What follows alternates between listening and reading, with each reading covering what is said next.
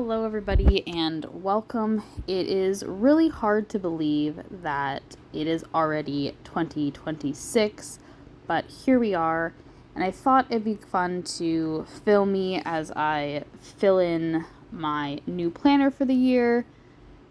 I kind of fell off the bandwagon with using my planner last year, and I feel really bad about it. Basically, I discovered, around April, May, I started showing symptoms of some kind of stomach/digestive issues, and I stopped doing a lot of the things I loved because I was just so frustrated. But my planner was one of them. This is the Littlr Inklings Always Fully Booked planner, and I've been using this since 2021, I believe, maybe 2022. But it's the same planner I bought last year. It wasn't the planner's fault. It was my fault that I fell off.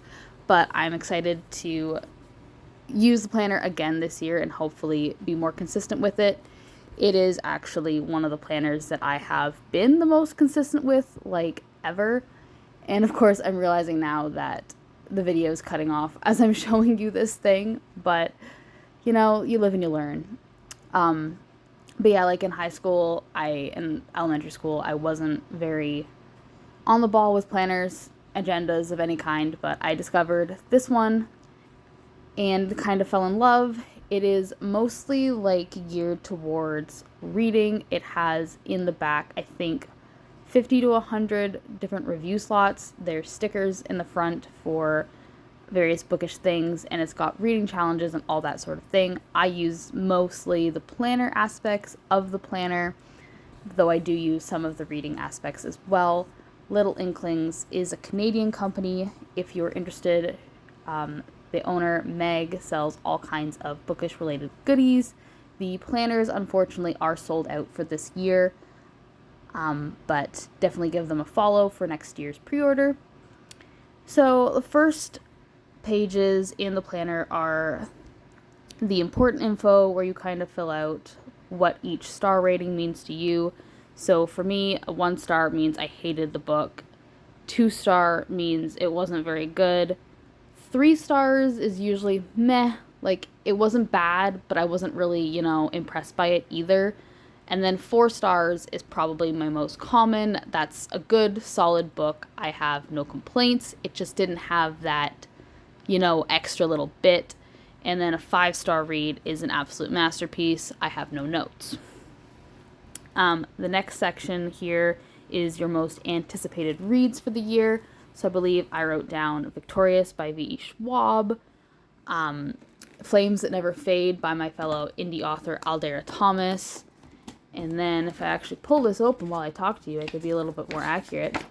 The Will of the Many by James Islington, which I got for Christmas. Sunrise on the Reaping by Suzanne Collins, as I'm hoping the paperback comes out this year and I can get the paperback, because I bought Ballad of Songbirds and Snakes in paperback, and I now want my Sunrise copy to match my Ballad copy, just for sake of uniformity. And then also on the list I have Our Infinite Fates by Laura Stevens, because it was on my late 2026 TBR. I didn't get to it. It's a standalone, and V.E. Schwab said she really liked it, and V.E. Schwab wrote The Invisible Life of Addie LaRue, which has kind of been compared to, and that's one of my favorite books of all time, so I'm excited to see if Our Infinite Fates measures up to that in any way, shape, or form.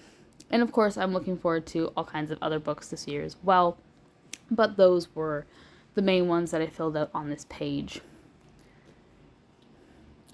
And I do apologize for not being able to see the planner very well. I am still getting used to how to film for YouTube and Instagram and TikTok and all the various places that one can film, and trying to figure out how to set up a tripod without the tripod being in the shot. It's a learning curve for sure.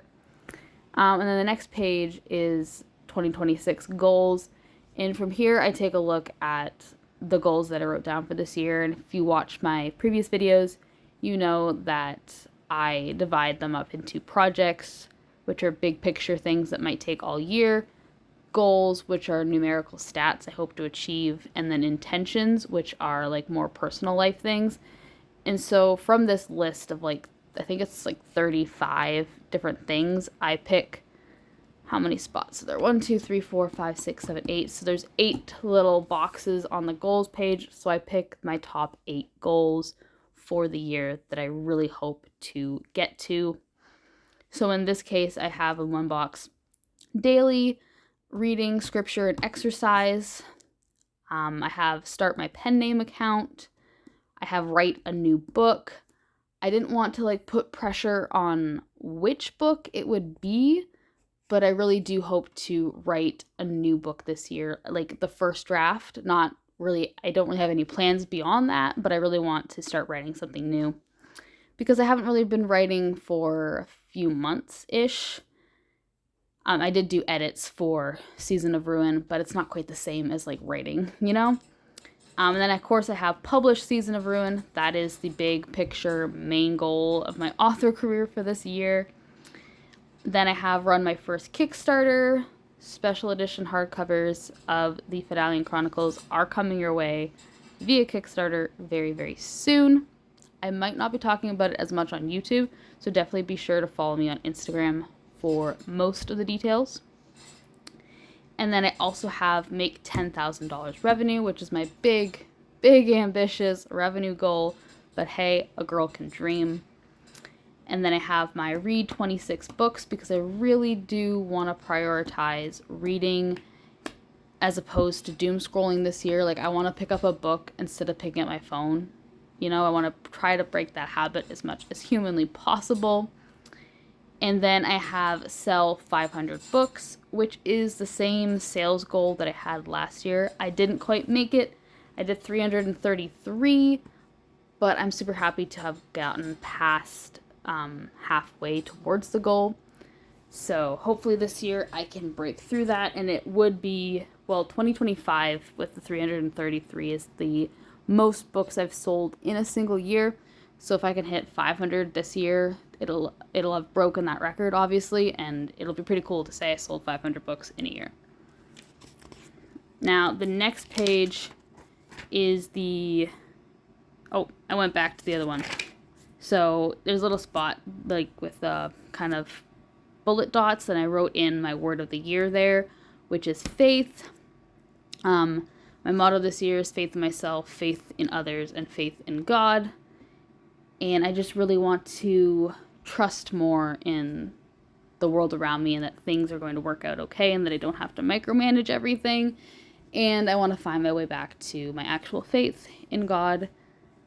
And yeah, last year's word was confidence. It didn't go exactly according to plan, but I've been picking a word of the year since I believe 2021. So going to keep up that tradition. Yeah, I believe my words were defiance, happiness, peace, curiosity, confidence, and now faith.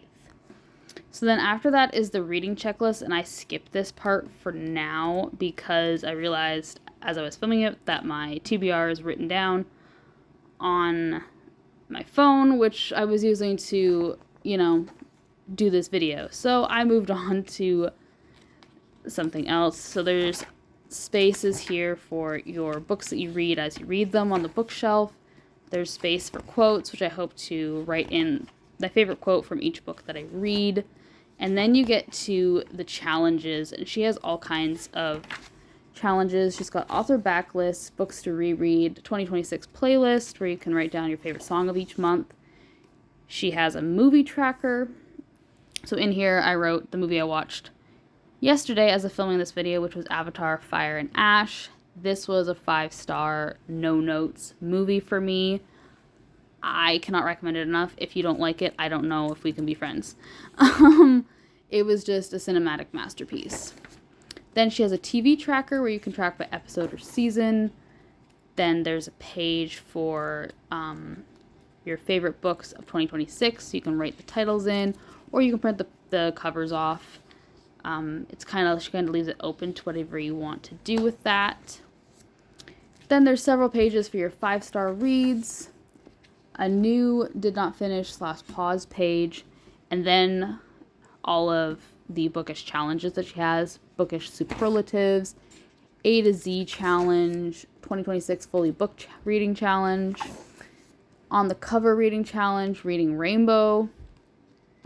What else we got here?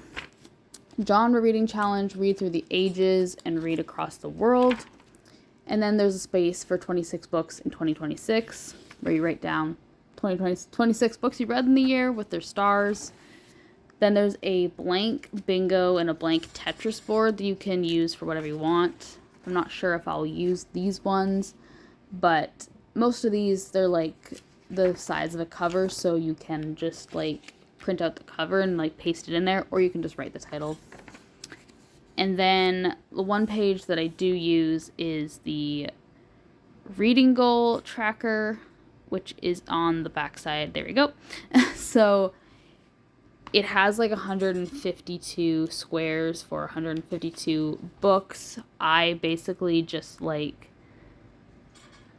kind of outline where my goal is. So as you can see, I'm going to outline here the 26 books, and then as I read each book, I'll typically like color in that box with a color that kind of matches the book, and then you can kind of visualize your progress. My goal again for this year is 26 books, and we'll see if I can get to that.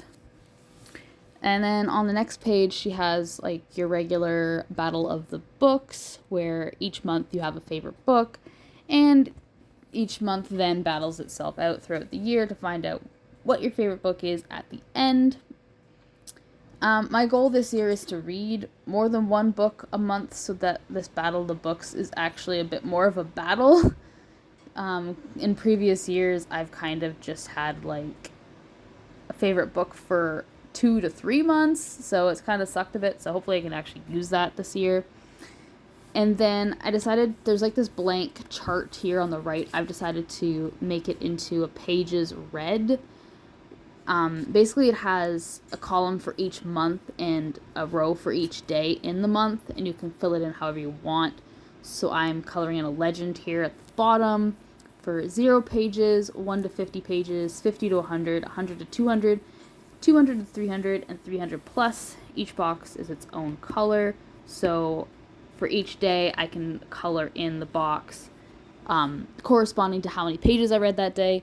And then at the end of the year, I can kind of see like how often did I read more than pardon me.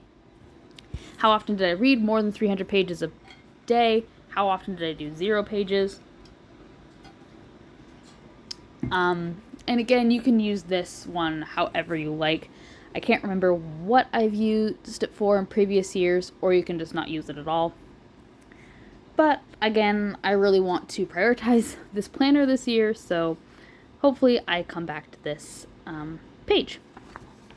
And then after that, she has monthly reading stats and a genre tally chart. So this you kind of fill in as you go through each month. So they're left blank for now. And then she has other blank charts like genres read, book format breakdown, star rating breakdown, and those you kind of fill in at the end of the year when you have all the data. And then pages read in 2026. So you have each month and you can kind of see how you did throughout the year. And then there's a couple blank dotted pages, several blank dotted pages for you to make your own charts if you want, or write down your own stats and things. And here's me deciding to change between the colored pens and the colored highlighters, because the other thing I'm trying to prioritize is making filling in this planner a bit easier than I've made it in prior years, because I don't want it to be a chore where it feels like work to fill it in, because I feel like that's sometimes the danger with planners or agendas or journals, is it starts to feel like a job and then you don't want to do it anymore. So using a highlighter is not that much easier than using a pen, but it's just the little things like that that make life easier sometimes. I'm sure you kind of get where I'm coming from on that.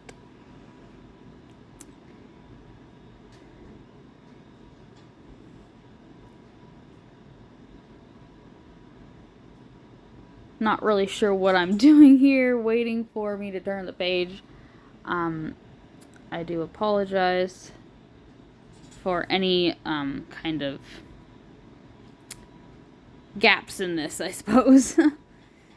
So moving on, again, you don't use any of these extra pages, these charts, until the end of the year because you need the data. So we'll just skip through all of that and go straight to the January monthly spread. So one thing that Meg does is these really gorgeous, like, designs for each month. They're all hand-drawn by her, I believe, on her iPad. So it's digital art, but it is all human-made art. And the first page of every month is a monthly spread of all, like, basically a regular calendar. I usually fill in important dates that I have to remember, birthdays, anniversaries, appointments, that sort of thing. January is pretty bland month for my family, and I don't really need these either because I have this talent / ability to remember the birthdays of everybody important to me after being told like twice. So I don't forget birthdays. And then here on the right in this, there's a column of lines, and I usually write goals at the top. And then in the column, I'll write down what I hope to accomplish in that month. I skipped that part for now and moved on. So the next section here has books to read, so your TBR for the month, and then a page for writing down new releases. This year, for the first time ever, I got some stickers, and these are a very basic sticker pack, which has the 12 months of the year. And I bought it specifically for this page because there's a spot at the top there to write in the month, and the owner of this company, Meg, I believe her name is, she always shows her planner every month, and she writes in she does such gorgeous calligraphy, and I'm always so jealous of how horrible my chicken scratch looks. So I got the stickers specifically for this page so that it wouldn't look like crap. And I know that sounds like such a ridiculous thing, but it's already making me feel so much better about this planner. So here you'll write in your TBR for the month. So for me right now, I just have The Damned by Renee Adia. There's a spot for the author and the title, and I will fill this in a bit more later. I'm using a TBR jar type thing this year, inspired by another YouTuber that I follow. It's always tea time. So when I pull out the prompts and decide on what I'll be reading this month, I will fill in the rest of this TBR page. And I typically leave the new releases blank because I'm not following it that closely enough to know when exactly new books are coming out. And then what follows is your weekly spreads.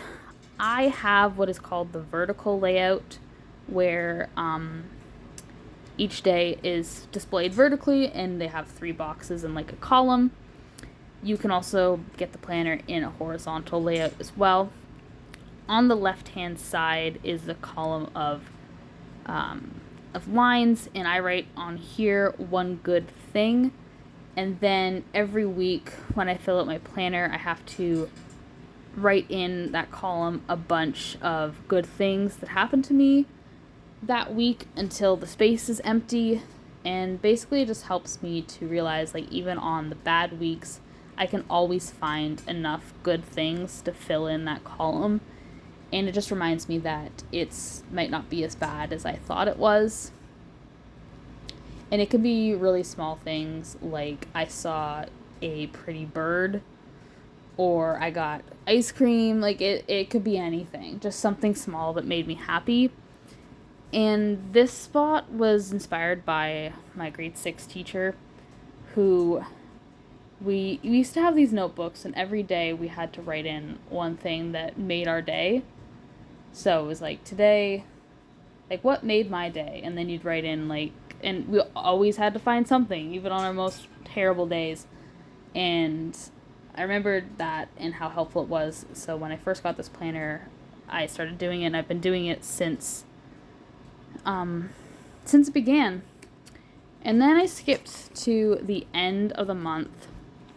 There is a page here that you can see for a bookish haul. You can write down the date, the book / item that you bought, where you got it from, and then there's an empty column which you could use for price or whatever. This spot will hopefully be kept blank because I'm not allowed to buy anything for a while until I finish what I have been reading, what I've already bought but haven't read. And then the right-hand page, which I've already skipped through, has a reading wrap-up, so you can write down all the books you read that month and your monthly reading stats, book formats, best book, genres read, etc. And there's a couple blank spaces as well to fill in your own reading wrap-up stats for the month. And then the last 2 pages of every month, you have a blank dot sheet and a blank line sheet. And this is where I kind of shine in this, is where I use to keep track of everything. And here I've pulled out last year's planner to reacquaint myself with how I lay it all out. And first I opened to the reading checklist that I neglected last year, and I'm checking off here all the books that I actually did manage to read last year. So this part of the video, I kind of am basically like kind of filling in the stuff I neglected in this journal, this planner from last year.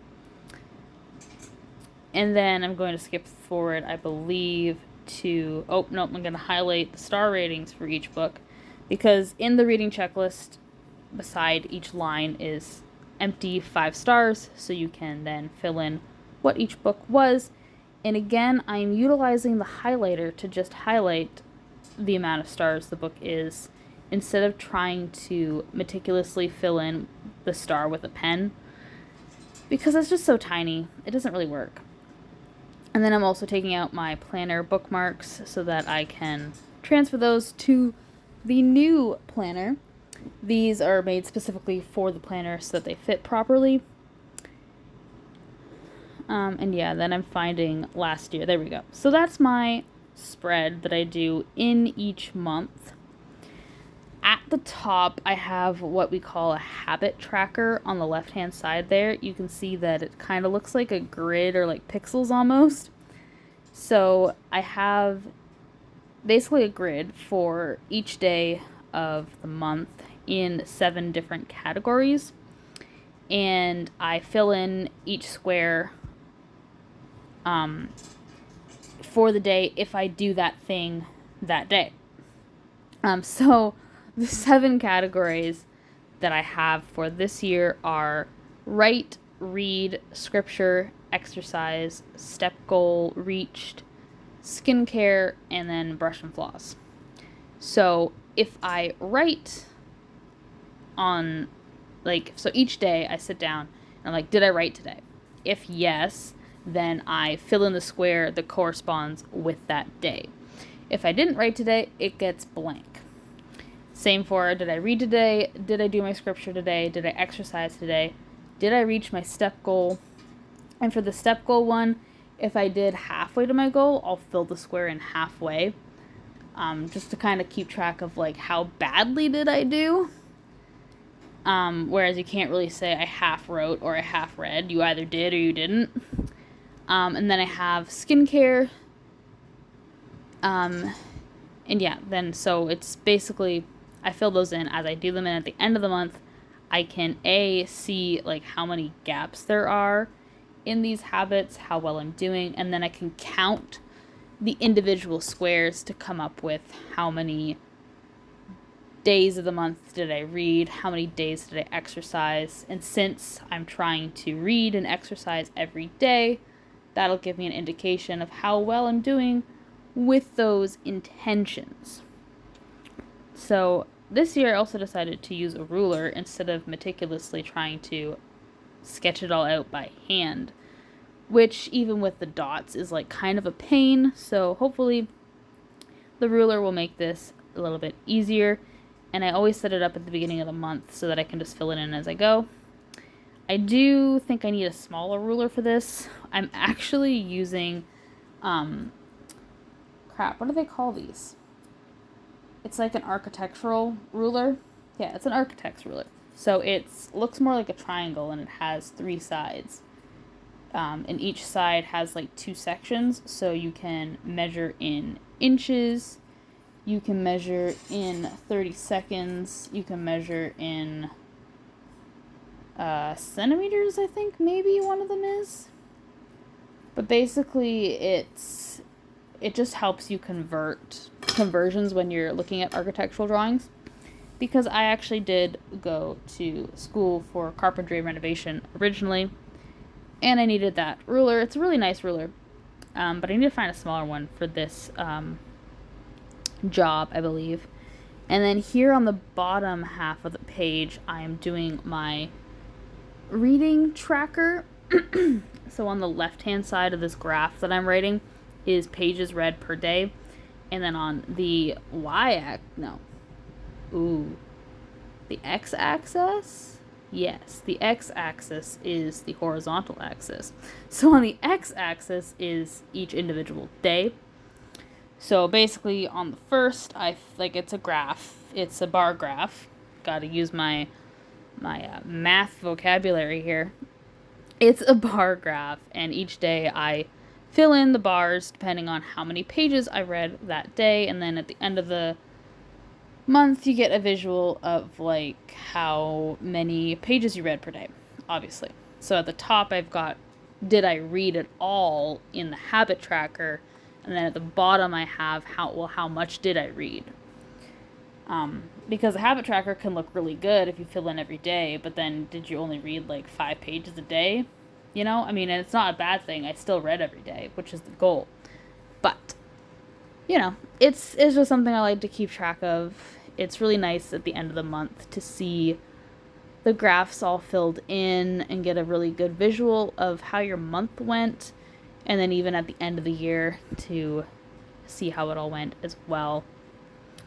And I'm just going through the painstaking process of creating all the little hatch marks for the habit tracker. But it did go a lot smoother with the ruler. And I did change up my habit tracker a little bit in 2025 and the previous years. One of the spaces was for books sold. And another one... What was the other one? Because I switched. I don't remember. I know that one of them was for books sold, so I would color in each day if I sold a book that day. And one thing that I discovered as I was doing this for several years is that particular habit tracker isn't really a habit, and it isn't really something I have a lot of control over.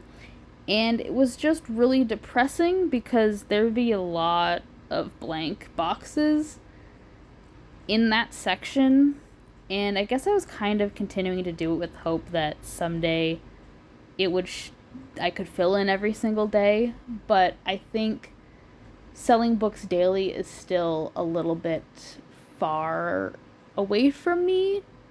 Not to be like pessimistic, but I just don't think it is helpful or healthy for me to see that every day and see it being blank. I guess it's just not helping anybody. And it's also another one of my goals to really stop checking all my sales sheets like every day or even every week. Like I don't want to obsessively look at it anymore. So I got rid of that section of the habit tracker, and I just think it'll be better for my mental health. And I switched it for my scripture because, again, it's a new goal this year to do my daily devotions, so I needed that extra space anyway, and I just think it's going to be a lot better for me. So that's that page. Oh, and I'm just at the bottom filling in the days of the month. But yeah, you can use that page for anything. Obviously, I kind of model mine based off of what the creator actually does with hers. I have a really hard time coming up with these things on my own to create something like this. So I adapted it to my own uses, and it's been working out well for me since I started using this planner in 2022. I've had no complaints.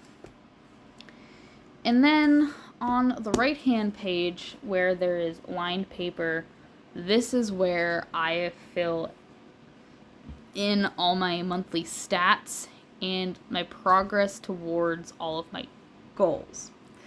So at the top is kind of like a mix of the tally from the habit tracker and then a mix of the tally from my weekly stats, which I will show you in further along in this video. So here I've got words written, scriptures read, steps taken, exercises done. So in those spots, I would count all the boxes that were filled in from the left page, and again, I would write the totals in there. Words written is part of my weekly stats, so I would tally up the weekly stats and write the total there. Then, of course, I have books sold, so I'm going to try to look at books sold monthly and write that stat down instead of weekly or daily. And then I have a spot for my Insta followers, TikTok followers, and subscribers, and that is where I keep track of how many new followers and subscribers I got that month. Because I have numerical goals for those ones, it just kind of helps me to see how my progress is going. And then at the bottom of the page, I have kind of like, so I have a column of little boxes, 2 columns of little boxes, and beside them I will write the goal, project, or intention. And then at the end of the month, I fill in the boxes if I accomplish said goal. So I write down all of my projects, my goals, my intentions for the year. And if you're interested in knowing what the details of what those are, definitely check out my previous video where I talked about my 2025 wrap-up and 2026 goals. So I don't want to rehash that for the people that have already seen that video. But basically I have it color-coded, so pink is my projects, and those are my big picture goals that will take all year potentially to do. Then orange are my goals, which are numerical stats that I hope to hit. And then in blue is my intentions, which are more personal daily things. And here you can see I'm counting how many that I have, and I actually screwed it up.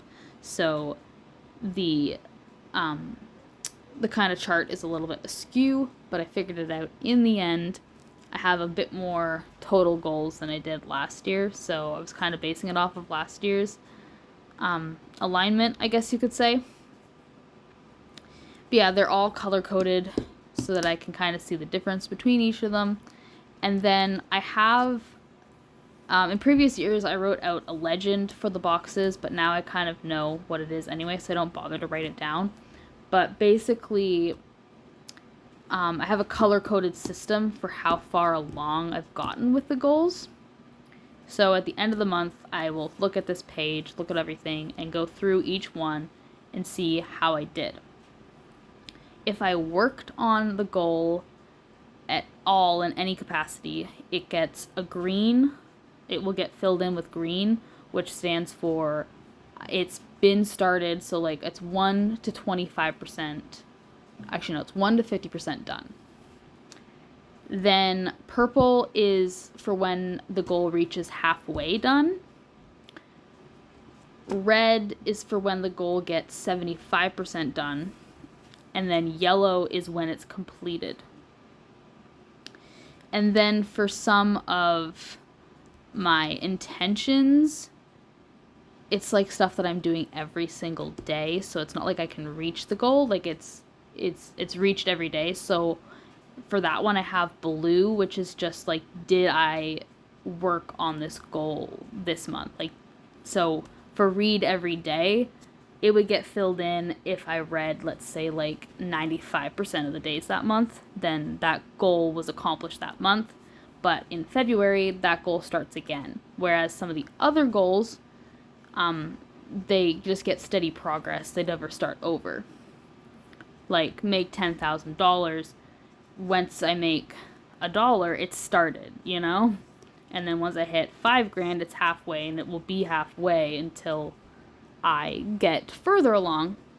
So each month, at the end of the month, I look back to the previous month and see how far along the goals got in the previous month, and that kind of, So if a goal was completed in January, then each month after that, it gets the yellow completed again because it's done. And then I will tally up like all the percentages and come up with how far along am I total towards my goals. And that will fluctuate based on the intentions, because if I read every day and exercise every day in February, but I don't in March, then those get subtracted off of the total, so I could actually, my overall progress could actually go backwards based on that, which is kind of fun to keep things interesting, keep me on my toes.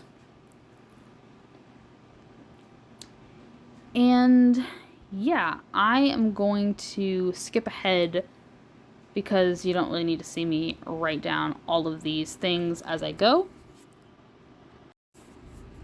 So that's finally all filled out, and I won't reference that page until the end of the month, whereas the habit tracker and the page tracker I will be referencing every week. It's kind of how I try to do it, because otherwise I forget what I've done. So, you gotta try to do the habit tracker on a regular basis, or it won't be accurate anymore. So now I'm going to go back. Again, I'm referencing last year's to see how I filled it out. And I also have my weekly trackers at the bottom of each weekly spread. There is 4 rows of dotted lines, and I've kind of been using them to track my weekly stats. Each of the weekly spreads, each column for the day has a space at the bottom for the amount of pages read for each day, and so I have a spot here at the bottom where I write pages read, and it put a box, and that's where I tally up the pages read for each day and come up with my weekly total. So then at the end of the month, all I have to do is count back the pages read from each weekly stat instead of each individual day to come up with my monthly total. Then I also have a spot for words written, and there's a box there where I write the total words written this week, and then I put 2 more boxes beside it, and that's where I'm going to have my tally for each individual book project that I'm writing. So my hope this year is to work on Project Bone. So the saddest thing just happened. I recorded 10 minutes of audio and was not actually recording. Oh god, I hate when that happens. Like, I just want to delete it all and be like, why do I even bother? Because, you just went through all that effort and now it's like for nothing. And you feel like the second time it's not going to be as good.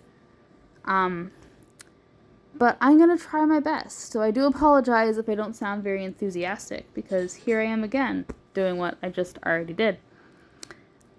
So the next part I fill out is my weekly stats on the bottom section of each week. There's space at the bottom for whatever you want. And I keep track of my total pages read for the week, my words written, my steps taken, my Instagram followers, TikTok followers, and newsletter subscribers gained. And basically I just tally them up every week, and then those then get counted at the end of the month towards my monthly stats. And it's just so much easier to keep track of these things on a weekly basis because, you don't forget what you've done. I have separate boxes on the words written for the tally of words in my current projects. So each week I have my total words written, and then I have how many total words are in each document. So I have 2 main projects for 2026, Project Bone and Project Paris. So it'll be like I wrote 5,000 words this week, Project Bone is at 2,500 words, and Project Paris is at 3,600 words. And then doing that every week then helps me to keep track of the total words I've written, because all I have to do is see, like, okay, this week Project Paris is at 3,600 words. That's what the document says. And then I have written down that last week it was at 2,600 words, so I wrote 1,000 words this week. Because if I don't do that, I don't know, because I don't use any other kind of writing tracker or know how or if you can track word counts on Google like that. Like, I don't know how to use technology really. So I write things down. And then on the right hand side, I have, again, Instagram followers gained, TikTok followers gained, and newsletter subscribers gained. And this has changed a bit from previous years. I used to have a book sold stat that I kept track of, but again, I don't want to look at that weekly. I want to look at my sales monthly for the most part, so I got rid of that section. And then I also used to have a section for weight change. I just like the stats, but this year with like my kind of health issues, I didn't feel like it was great for mental health to be looking at that and keeping track of it. I just kind of want to focus on eating healthy and getting stronger at the gym, and not so much about how I weigh, but more so about how I feel. And, checking in every now and again to make sure that I'm not an unhealthy weight. But yeah, that's kind of my stats that I do weekly. And then, of course, I will be filling in the actual daily spaces as I go. I keep track of important dates that I need to remember, appointments, and then like self-imposed due dates for everything in my author career, whether that be, payments due here, newsletter is going out this day, so I have to like have it completed by this day, when my Kickstarter is launching, and just different things like that I need to keep track of. And then, of course, events. Once I schedule events, they will all be in there as well. As you can see, I have the vertical spread, and it's divided into 3 separate boxes. I used to have those as social media, authorship, and personal. I'm not entirely sure yet how I'm going to divide those this year, because I'm kind of leaning more towards digital record keeping for my social media schedule. That way I can reference it quickly when I'm like anywhere I am, because it's on Google Docs, which I can access through my phone. So I probably won't be writing as much to do with that in my planner, but yeah, it'll get used. It just might not get used as much as previous years, which is totally fine. And basically I'm just transcribing these weekly stats onto every single page of the January month, and then next month I'll sit down and transcribe stuff for February. Sometimes I will try to get several months at a time ready, so that when I get to that month I don't have fatigue. And, like, let's say I don't really have time to, like, get the spread ready, so then I just don't do it, and then I fall off the bandwagon. And then we get the situation I had last year where I basically stopped using the planner after May, which really sucks because, they're really good quality, but these things aren't cheap. And so I felt really bad because I was like, oh my god, I didn't use it. I spent all this money. Actually, I think my mom got me that one for Christmas, so I felt even worse about it. But the good thing about things like calendars and planners is that you can actually reuse them. There's only 14 different calendars that are in rotation. So every calendar will inevitably at one day be reused. I don't know when the 2025 calendar can be used again, but worst comes to worst, I can just reuse my 2025 planner later, because again, like half of it is blank. And there's plenty of spaces in all of the challenges and the checklists that I can just like write a line in and start the new year. So yeah, that's probably what I'll do, just to get that off my conscience. if I'm still using planners, like physical planners at that point in my life. You never know. But I'm still happy I bought it because I still really do enjoy this planner, and supporting small Canadian businesses is also important to me. Littlr Inklings has notebooks, they have review journals, they have Kindle pop socket type things, Kindle cases now. What else do they have? Stickers. They have all kinds of stickers, sticker sheets for the planners. Like it's a stationery store. So yeah, they have all kinds of stuff like that.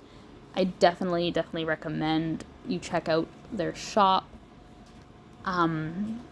It's really good quality products and good quality design as well. I've never really been disappointed in anything that I've bought from them, to be quite honest. Oh, they also have washi tape if you are a journaler, and new as of last year, they have like 3D signs for your bookcase.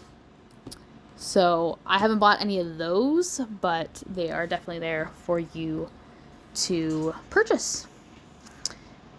And then the last thing I did do, I don't know if it made it into the video or not, is I actually did go out. Actually, no, it didn't make it to the video because I had to turn off the phone in order to get my TBR list. But I did fill in my reading checklist for the year.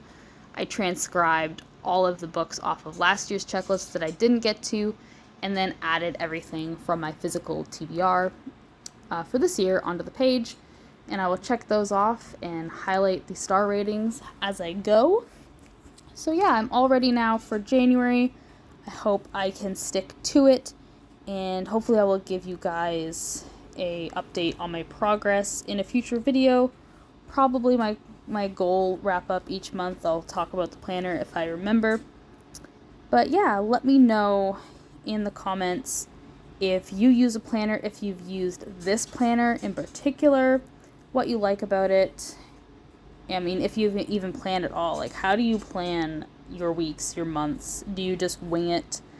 I've always been a planner. I thrive off of lists, particularly because in the past I didn't use an agenda. I'm very much a list person, but I'm also very chaotic. Like I'll use lists, I'll use this planner, I'll have spreadsheets on Google Docs that I use as well. And altogether, they help me to run this author business. Sometimes it's chaos, but I do get most of the things done. And things do rarely fall through the cracks, I feel. I could be wrong about that, but anyway, I am going to end this video here. I wanted to thank you so much for watching. If you watched the whole thing, that's pretty amazing, because I've talked now for like an hour. And yeah, thank you so much for watching to the end, because, you know, we put a lot into these videos, and I hope that somebody somewhere is enjoying the content that I've created. So thank you so much. I will see you in the next one.